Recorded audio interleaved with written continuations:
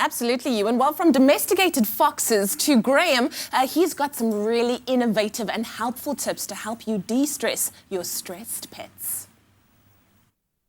Now, it may be hard to believe that our pampered pooches experience stress, but after all, they don't have to work a 40-hour-plus work week, they don't have project deadlines, and they certainly don't have to pay credit card bills. However, research has established that dogs and often cats can experience stress, which can often affect their physiological health. So we've got Dr. Guy Fyvie back in the studio with three very relaxed pooches. I'm guessing stress is not an issue here. I don't think these guys are stressed. And they are on the job, they are working. Absolutely. This is something I think we often use the correlation between the way humans react to stress and animals. There are strong similarities, but let's talk specifically about dogs and cats. How does stress exhibit in their lives? All right, so the thing about stress is it's a normal physiological action. It's something that makes us survive. But the problem becomes when the stress becomes ongoing or the reaction is incorrect to that.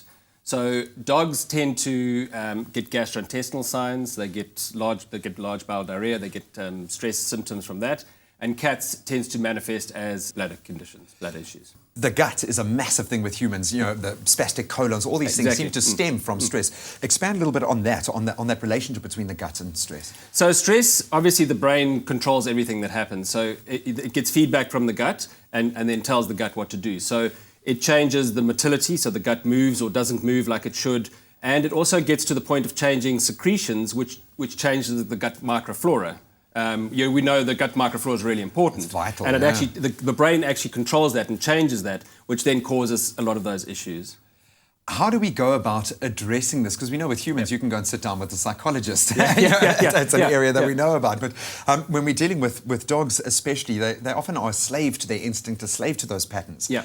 So I think the point is to try and find out why they're stressed, and different animals stress to different things. Find out what that is. Obviously, using a behaviourist is the best way to do that. And then from there, you can help to control that. With things like ID stress, it's a diet that has something in it that helps to control the stress, just takes away the edge. And that's really the way to do it, is behavioural conditioning and changing what stresses that specific animal. So I think it almost speaks to me of you taking a step back and looking at the patterns in your own life, because 10 to 1, there is something in the way that you're living your life or treating that animal that is causing it. And so there are a lot of things that cause stress that we don't think causes stress. So new things in the environment, loud noises if it's an animal that's specifically stressed towards that. A separation anxiety can be a big thing for animals, and that is a chronic stressor. I was just thinking of my puppy right now, that separation anxiety, man. You got me there. You got me in the fields, man.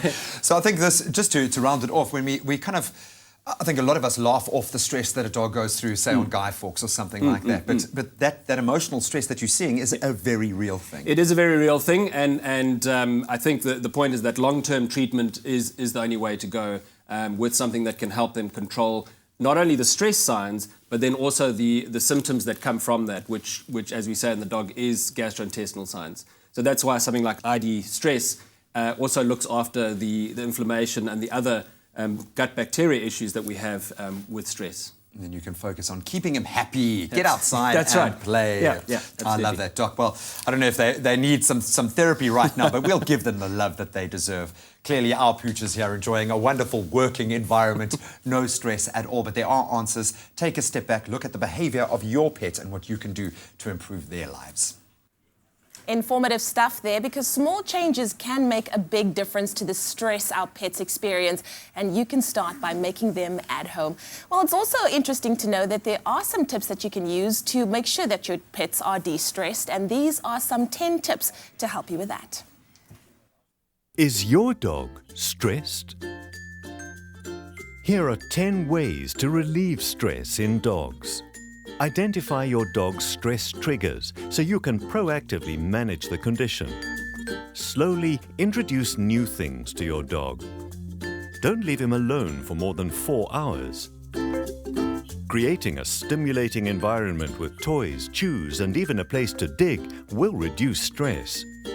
Create private places for your dog to quietly relax. Walk your dog often. Try a crate or a friend on the back seat. If you have more than one dog, ensure you have separate feeding stations and enough water bowls, toys and spaces for everyone. Always train your pet using positive reinforcement. Beware of reinforcing signs of stress with comfort. Rather, divert their attention with a toy or a game. And talk to your vet about new prescription diet ID Stress to help calm and alleviate stress in your dog.